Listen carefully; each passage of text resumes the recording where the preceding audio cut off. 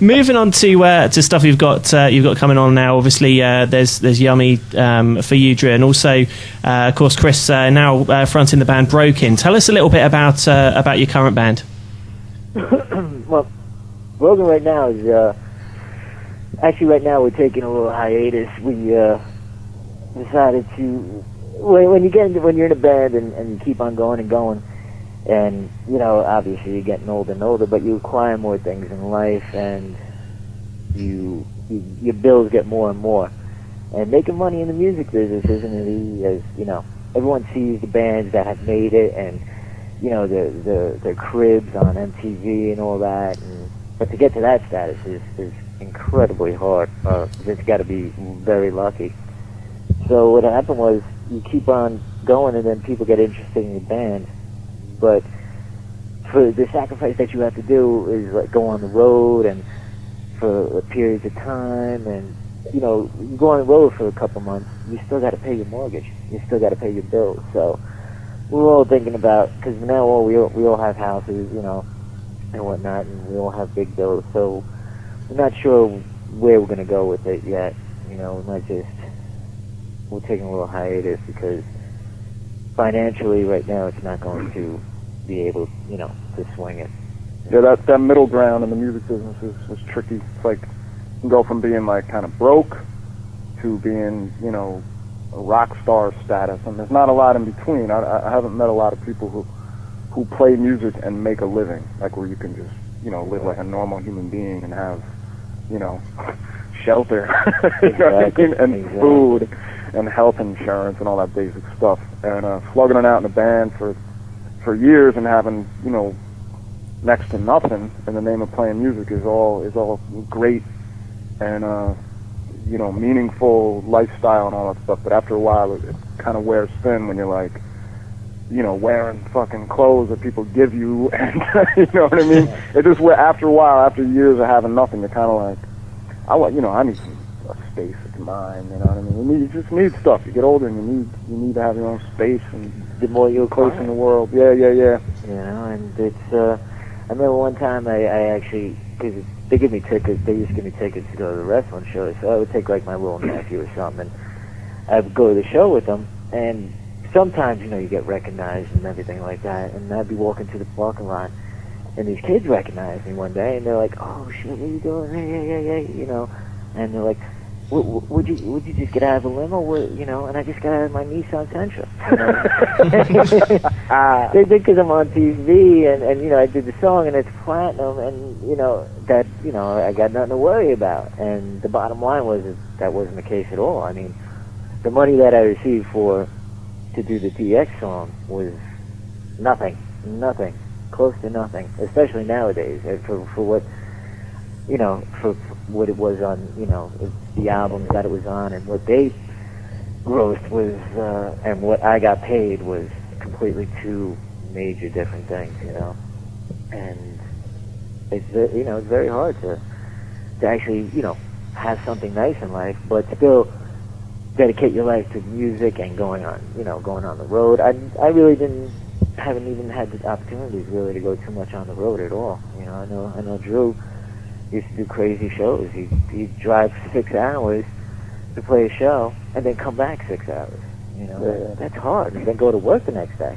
I mean, it was cool. It was all fun and it was all good, but it's definitely a full-time job being in a band. If you wanna actually be out there and you know, be in the running to be successful and to make a living doing it, it's unbelievable how much work it is. It was a lot of work, man. Like we go to do one gig, not to complain, it was all fun and we all loved it and everything, but you go to do one gig and it's like, you know, get the band, like arrange to get the band, do the mailing list, drive to the rehearsal studio, pack up a bunch of gear, drive 6 hours, unpack a bunch of gear, sound check, wait around for 3 hours, play for 45 minutes. That part was great. And then like pack up gear, walk around, do mailing list, network, and then drive 6 hours back and it's daylight, and then the next day, you know, go to work. You know what I mean? Exactly. So it's a lot. Just to do one show is a lot. It's a lot of work. And it's all worth it, but after a while it's kind of like, you know, keep music in your life, but have a life. That was kind of the whole surreal thing of the playing with the wrestling, like at WrestleMania and SummerSlam, you play in clubs and bars, and there's 200-300 people there. Next thing you know, you're in front of 19,000 people. And it was just like, oh my God. I was like, this is how it's supposed to be. I was totally into it. I was like, yeah. And we didn't have to book that gig at all. It was a phone call to us. All right, you guys be here at that time. It was like no promotion, no nothing. It was, and I'll tell you what, it was. Sometimes you switch it around. It's you would think in front of 19,000 people it's intimidating, but sometimes in front of 200 people it's more intimidating. You got the smaller setting, everybody's there, and 19,000 people, you get lost. It's like you got cameras in front of you, you got producers, you got the film crew, a television crew, everything like that, and you see people here and there, but it was just like it's so huge that you don't. Yeah, it gets less too much. It gets less personal. It's more like a sea of people. Right. Some dude looking at you from 5 feet away. Yeah, I was definitely more comfortable playing the Garden than some bar in D.C. or something like that. Yeah. That's cool. Well, sort of winding things down now. Have you got any? If you had a message to give out to, I mean, you've both said that playing in the DX band was probably your biggest exposure. Have you got any words that either of you like to say to wrestling fans worldwide that are listening to this right now? I would just say that I think personally wrestling fans are probably the most dedicated fans there are. I mean, they are really they back their whole wrestling as a sport. People it ain't no sport, but I'll tell you what. I mean, Drew would even say when we were in the ring and they would mess around, and they were jumping off the ring and they had to land on tables and stuff like that. And those dudes get hurt. You got to be in good shape to go do that for however long a match is. Those guys are serious athletes.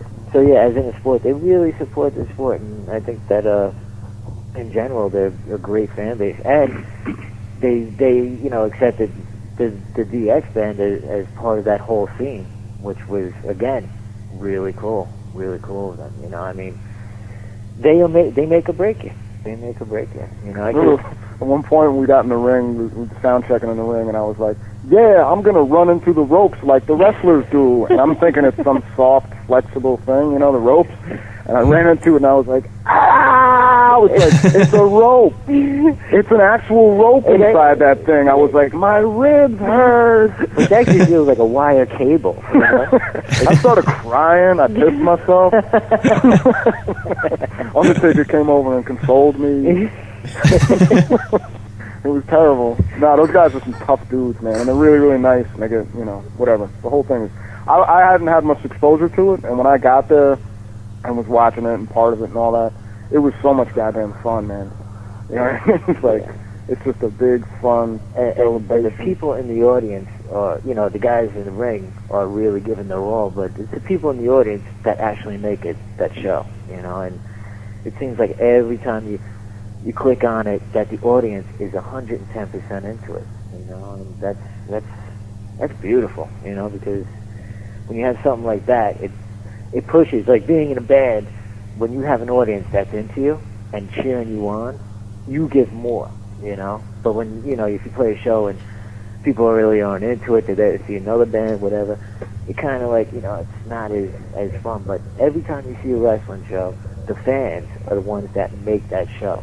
They're going to push the wrestlers harder. They're going to make it more exciting, and that's a great thing. That's a great thing. Yeah. Okay. Fun.